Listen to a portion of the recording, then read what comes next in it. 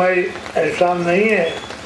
जब मैं द्वापर के अंत में कृष्ण रूप में आऊँगा, सीता जी राधिका रूप में आएंगी, तब तुम उस समय आ सकते हो, जाओ अभी। तो आज मैं इसीलिए आया हूँ। तो कुंज लतिका राधा कुंड बनाया गया, कुंज लता राधा कुंज में ब्रह्मा जी ने स्वयं ब्राह्मण बन करके वेद स्वयं प्रकट हुए, अग्नि देवता स्वयं प्रकट होते हैं, राधा कृष्ण का विवाह होता है, पांच ग्रहण संस्कार। चाहे मनुष्यों की तरह ऐसे नहीं, क्षण में। तो इस प्रकार से ब्रह्मा जी सत्यलोक चले जाते हैं और अपने अपने घर चले जाते हैं। भगवान कृष्ण प्रातः काल उठते हैं, गोपिकाओं की घर चले जाते हैं, कहीं से दही छीट लेते हैं, कहीं से माखन, कहीं से दूध। और भगवान श्री रामचंद्र परमात्मा ने रावण वध पश्चात जब आने लगे थे तो लाखों बानर जो मरे थे वो तो जी गए, परंतु मरे राक्षस नहीं जिए। मरे राक्षस कहाँ से जीते? मरे हुए राक्षसों का शरीर सबको बांदर समुद्र में फेंक देते थे, मरे हुए बांदरों को इकट्ठा किया करते थे। तो अमृत के संबंध से मृत बांदर जीवित हो गए। तो जब भगवान ने कहा, हे बांदरों, भैयाओं, मित्रों, तुम्हारे सहयोग से ही मैंने महान बलशाली रावण को जीता, नहीं तो मेरी ताकत क्या थी ऐसी, मेरी शक्ति नहीं थी ऐसी। परंतु आज मेरे पास कुछ भी नहीं है, मैं आप लोगों को क्या दे सकता हूँ। द्वापर के अंत में मैं श्री कृष्ण रूप में आऊँगा, तब कृष्ण रूप में आकर के 84 कोष, 84 का दुगुना कर देना, उतना लंबा चौड़ा जो ब्रजमंडल है उसमें तुम बांदर जितने लिंबू सब आ जाना, तब मैं तुमको दूध और दही और माखन खिलाऊंगा। और जाओ अपने अपने देश में, जिस वृक्ष में फल नहीं आते हैं उसमें भी फल लगाए, जहाँ पर पानी नहीं होता वहाँ पानी प्रकट हो जाएगा, सदा तुमको जल और फल मिलते रहेंगे। इस प्रकार से भगवान ने सबको विदा किया। जिस रावण को मारा था उसी रावण के छोटे भाई विभीषण को वहाँ का राजा बना दिया। अपना सुई की नोक में जितना पदार्थ आता है उतना वहाँ से कुछ नहीं लिया। विमान विभीषण ने सामने रखा, भगवान ने आके उसको कुबेर को दे दिया, कुबेर का वो था। इस प्रकार से भगवान जो है और गोपिकाओं के माखन और दूध और दही को लेते हैं। वो जिस दिन भगवान गोपिकाओं के घर में नहीं जाते हैं, दूध देना ही बंद कर देती हैं गौ, तब गोपिकाएं भगवान से प्रार्थना करते हैं, प्रभु आज हमारे घर नहीं आए, हमारी गैयाओं ने दूध नहीं दिया, इसलिए आप आया करो। और हजारों लाखों गाय तब भगवान उतने ही रूप धारण करके एवं भविष्याम प्रजा, जिसने इस ब्रह्मांड को बनाया, क्या वो 10-15 लाख रूप नहीं धारण कर सकते? तब घर घर उन गैयाओं के, जो गैया दूध देने वाली थी, उन गोपियों के घरों में जा करके दूध दही माखन ले आते हैं, खाते भी हैं, कुछ गिरा भी देते हैं बांदरों के लिए। एक गोला गिराते हैं, 1000 गोला बन जाता है, घड़ा गिराते हैं तो और बहते रहता है। उस समय स्वच्छ और ऐसी स्थितियाँ होती थी, सुंदरता में ध्यान नहीं था मनुष्यों का, ये पवित्रता में ध्यान था। तो इस प्रकार से बानर, हंसा, तितर, लाभक, सारस, पदजूत इत्यादि सब कोई पशु पक्षी भी माखन खाते थे, दूध और दही खाते थे, बानर बड़े प्रेम से खाते थे। तो ऐसे आनंद कंद भगवान श्री कृष्ण शाम को आते थे, फिर घरों से चुरा करके जबरदस्ती छीन के ले आते थे। एक ग्वाल मंडली बनाई थी, बोले कंस को हम आज से कर के रूप में दूध दही माखन नहीं देंगे। तो सब ग्वाल बालों के आपस में बांट के खाते रहते थे। तो ऐसी लीला करते करते भगवान जब ठीक को 7 बरस के हो गए तो कहते हैं, अरे भैयाओ अपने अपनी मैयाओं से और जो भी तुम्हारे घर में पदार्थ है, भोज्य पदार्थ, उसको लेते हम। कोई खट्टा ले जाता है, कोई मीठा, कोई कड़वा, कोई जिसके पास जो है सब बना के ले जाते हैं, भगवान कृष्ण के पास रख देते हैं, तब भगवान श्री कृष्ण बांटते रहते हैं। और ग्वालों के मुखिया तो बांटते रहते हैं, खाते रहते हैं, खिलाते रहते हैं। ये एक कंस को संदेह हुआ यही हमारा दुश्मन तो नहीं है कहीं, तो एक राक्षस को वत्स के रूप में भेजा, तुम बछड़ा बन जाओ, जाओ बछड़ों में मिलो। भगवान श्री कृष्ण ने उस बछड़ा का वो धारण करने राक्षस को भगा दिया, मार दिया। और फिर कुछ दिन के बाद कंस ने बगुला के रूप में जाओ एक राक्षस को भेजा, भगवान ने उसका भी वध कर दिया। ग्वाल बाल करते थे इस बगुला को क्यों मारते हो, परंतु वो नहीं जानते थे बेचारे। अब अग नामक राक्षस को भेजा और बहुत बड़ी गुफा बना करके अपने मुख को फैला माया के द्वारा। तो वो मायावी है, परंतु भगवान कृष्ण मायापति है। तो मायावी की लीला और जो शक्ति है मायापति के सामने नष्ट हो जाती है। तो बड़ी बारी गुफा बन करके मूसलाधार जल बरसाने तो थोड़ी बहुत शक्ति लोगों में होती है। नाग देवता भी कुछ वर्षा करते हैं, कभी बंद भी कर देते हैं, और कभी कुछ जो ऐसे देवी देवता होते हैं, यक्ष गंधर्व होते हैं, वो भी कुछ चमत्कार दिखाई देते हैं, आकाश से आते हैं, उड़ते हैं, कुछ न कुछ थोड़ा बहुत करते ही है। परंतु कोई बहुत कुछ भी कर बैठता है, परंतु सब कुछ कोई नहीं करता है। सब कुछ तो केवल एकमात्र परमात्मा करते हैं। तो इस प्रकार से अब भयंकर जल वर्षण हुआ, ग्वाल बाल सब उसमें चले गए गुफा में। बलदाऊ जी भी गए, परंतु मुख उसने बंद नहीं किया। भगवान कृष्ण ने तो मुख बंद किया। भगवान कृष्ण ने विराट स्वरूप प्रकट किया, अगम मर गया, परंतु बाल बाल अचेत हो गए। तब अपनी दिव्य दृष्टि के द्वारा भगवान ने ग्वाल बालों को सचेत कर दिया, अर्थात जीवित कर दिया। तब जमुना में गए, स्नान किया, दोपहर हो गई होगी थी, तब बोले भैयाओ अब और भोजन कर लेते हैं, निकालो अपना अपना। सब इकट्ठा किया और बांटने वाले रसोइया भगवान बने और खाने के लिए बैठे बाल बाल। भगवान से बाल वालों ने कहा हमारी गैया दिखाई नहीं दे रही है, कहाँ गई? चिंता मत करो, तुम भोजन करो, मैं ले आता हूँ गायों को। गैयाओं को ढूंढने के लिए जाने लगे। एक ग्रास मुख में डाला, एक दो ग्रास बाएं हाथ की हथेली में रखा, एक ग्रास हाथ में रखा, खाने लगे। बिभ्रत वेणुम जठरपटयो श्रृंग भेपेत कक्षे बा। इस प्रकार से भगवान ने जब ग्रास मुख में डाला, हथेली में है, इस हाथ में भी है, ब्रह्मा जी ने देखा, उनको संदेह हुआ। हमने तो पृथ्वी के भार को दूर करने के लिए नारायण भगवान से प्रार्थना की थी, जानते थे नारायण प्रकट हो गए, परंतु तो एक बालक है तो सबके बीच में बैठ के खा रहा है, खिला रहा है, खा रहा है, ये नारायण तो नहीं हो सकता है।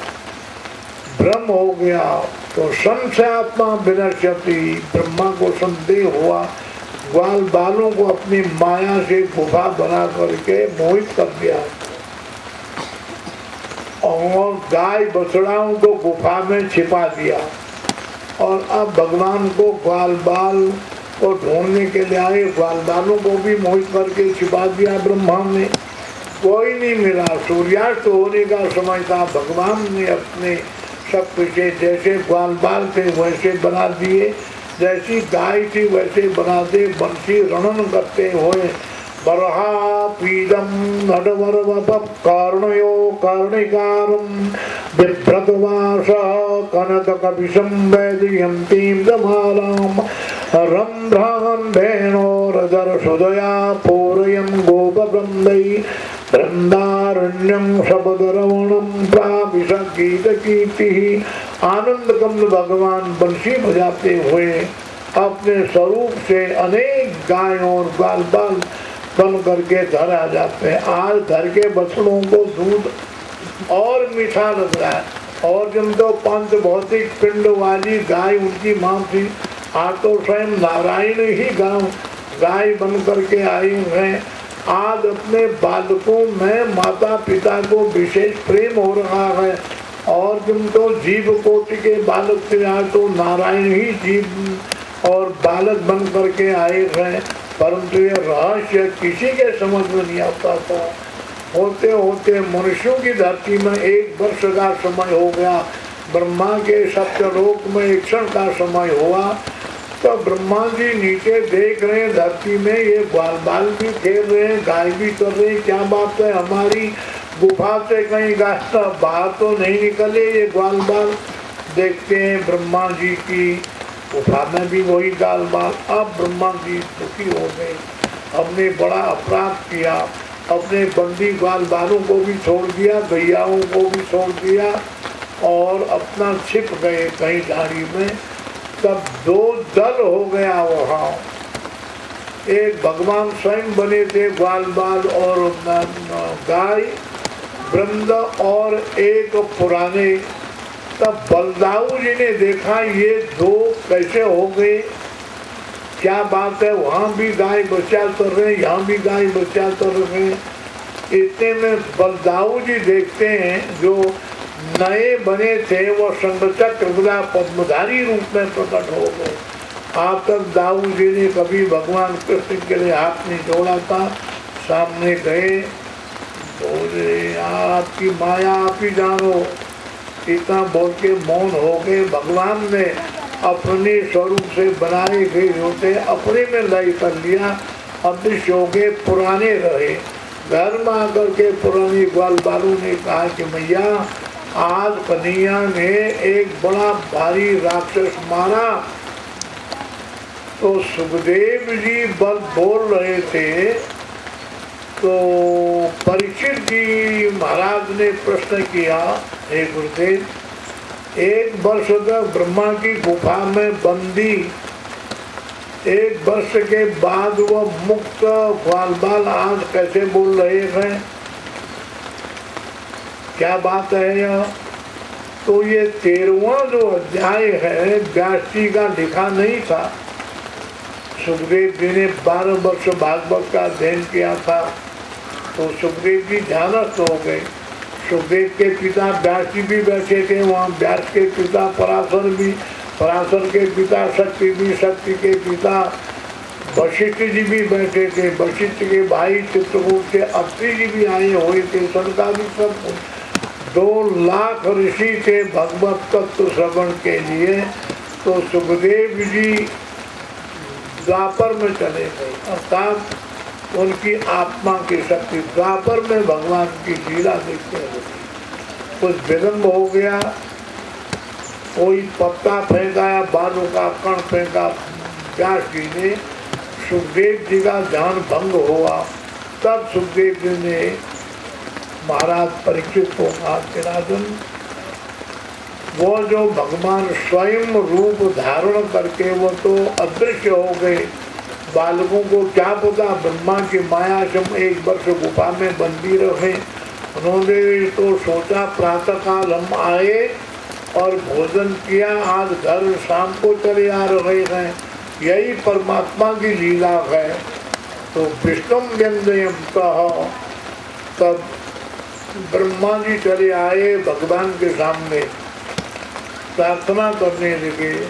नवमी द्वितीय प्रभुषे तडिदम्बराय वंदावतंस परिपिच्चल सम्मुखाय वन्यस्रदे कबल भेत विषाणु वेणु रत्नस्ये मृदवदे पशुपांगजाय। हे नारायण, जैसे माता के उदर में शिशु रहता है, कभी टेढ़ा जाता है, कभी कष्ट होता है माँ को, परंतु जब वो जन्म लेता है शिशु माँ उसको मारती नहीं, पोषण करती है। आप ब्रह्मांड के समस्त प्राणियों की माँ धारण करते हैं सबको आप, इसलिए माँ हैं। सबका पोषण करते हैं इसलिए आप पिता हैं। सबके अज्ञान को दूर करते हैं इसलिए आप गुरु हैं। सबका शासन करके स्थिरता प्रदान करते हैं इसलिए आप राजा हैं। इसलिए कवियों ने वर्णन किया है, तुम्हें माता पिता तुम्हें बहु, तुम्हें बंधु सखा तुम्हें बहु। एवं निश्चय करके तुम हे परमात्मा आप ही माता हो, पिता हो आप। एवं निश्चय का वाचक है। ब्रह्मा कहते हैं मैं भी आपका पुत्र हूँ नारायण, मैंने जो अपराध किया है क्षमा कीजिए। तब तो भगवान बोले ही नहीं। एक बहुत बड़ा सेना का पति होता है, चाहे वह थल सेनापति हो, जल सेनापति, वायु सेनापति हो, एक उसका बहुत नीचे का सिपाही हो। अगर सिपाही बड़ी से बड़ी गलती भी करता है, कोई विषय मौत तो नहीं है, कोई अधिक हानि नहीं होती है, परंतु एक नायक सेना नायक छोटी भी गलती करता है, हरी झंडी के सामने लाल दिखा देगा, लाल के सामने सफेद दिखा देगा, तो राष्ट्र का विप्लव हो सकता है, सेना का ध्वंस हो सकता है। तो एक बड़े स्थान पर बैठा हुआ छोटी गलती करता है तो बड़ा विनाश होता है। इसलिए संसार के प्राणी मात्र सृष्टि के सेनापति जो ब्रह्मा ऐसी गलती कर दिए, भगवान बोले ही नहीं, परंतु ब्रह्मा स्तुति करते हैं। नवमीते ब्रह्म से तड़गम्बरायो गंगा वतंस परिचित सम्मुखायो वन्य सृदे कबर वेद विषाण वेद से मृदपदे पुष्पांगुजायो आदि आदि स्तुति करते हुए चले गए। भगवान बोले नहीं, तो इसके आगे चिंता करते, क्योंकि आज इतना लोगों को कष्ट हो रहा है। यही भारत के धूलिकणों से जिसका शरीर बना है, इसलिए भारत की धरती में जन्म लेने वाला व्यक्ति भूख सहन करता है, प्यास सहन करता है, जाड़ा सहन करता है, गर्मी सहन करता है। हम तो आराम से बैठे हैं, हमें न जाड़ा लग रहा है न भूख न प्यास, दो चार मन दूध खाते रहते, परंतु आप लोग कितना कष्ट इस जमीन में बैठे हैं, जाड़ा गर्मी पानी बरस रहा है। यही परमात्मा के प्रति अटूट श्रद्धा आस्था, इसलिए परमात्मा अपनी संतान को गौर से देखता है, तब उनकी भावना के अनुसार, प्रेम के अनुसार जो उसको आवश्यक होता है, उचित होता है, वो दे देता है, उसके ऊपर दया करता है। परमात्मा को गाली जो देता है उसके ऊपर भी परमात्मा दया करता है, उससे नाराज नहीं होता है। परमात्मा की जो निंदा भी करता है उससे भी परमात्मा नाराज नहीं होता है, प्रसन्न होता है। इसलिए परमात्मा की दृष्टि में न कोई छोटा है न बड़ा है, परमात्मा के साथ केवल एक प्रेम का संबंध रखता है। पत्रम पुष्पम फलम तोयम, परमात्मा को शाहंकार कोई हीरा पन्ना मणि अर्पित करता है।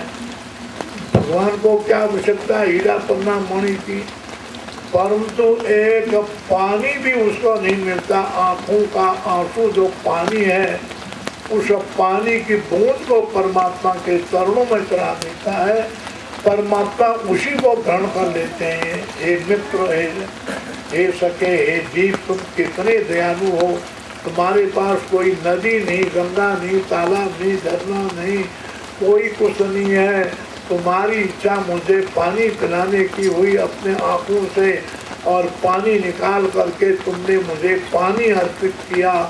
मैं तुम्हारे आंसू का पानी बड़ा मीठा लगा हमको। इस प्रकार भगवान उसको प्रसन्नता पूर्वक स्वीकार करते हैं। जयतु जयतु देवो देवकी नंदनोयम, जयतु जयतु कृष्णो विष्णुमंत्रप्रदीपः, जयतु जयतु नीलकंठामल कोमलांगो, जयतु जयतु श्रीनाथो मुकुंद। आरती में भी देर मत लगाना, लोग भीग रहे हैं। सूक्ष्म रीति से करना। ओम शांति शांति। शान्ते नमः मुक्तिं विधेम वन्दे भागवतं प्रभु वन्दे भागवतं वेदकल्पतरुसुफलं वेदव्यासकृतं प्रणदुष्टं ध्रुवप्रह्लादिचरित्रं भावुकताभूतं प्रणमामि त्वां प्रणमामि प्रणमामि त्वां प्रणमामि गुणागारं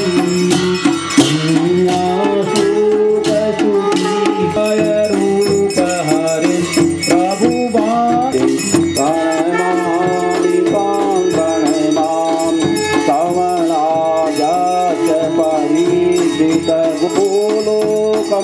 यात प्रभुगोलोकं यात गिरिधर हृदय वन्दे भागवतं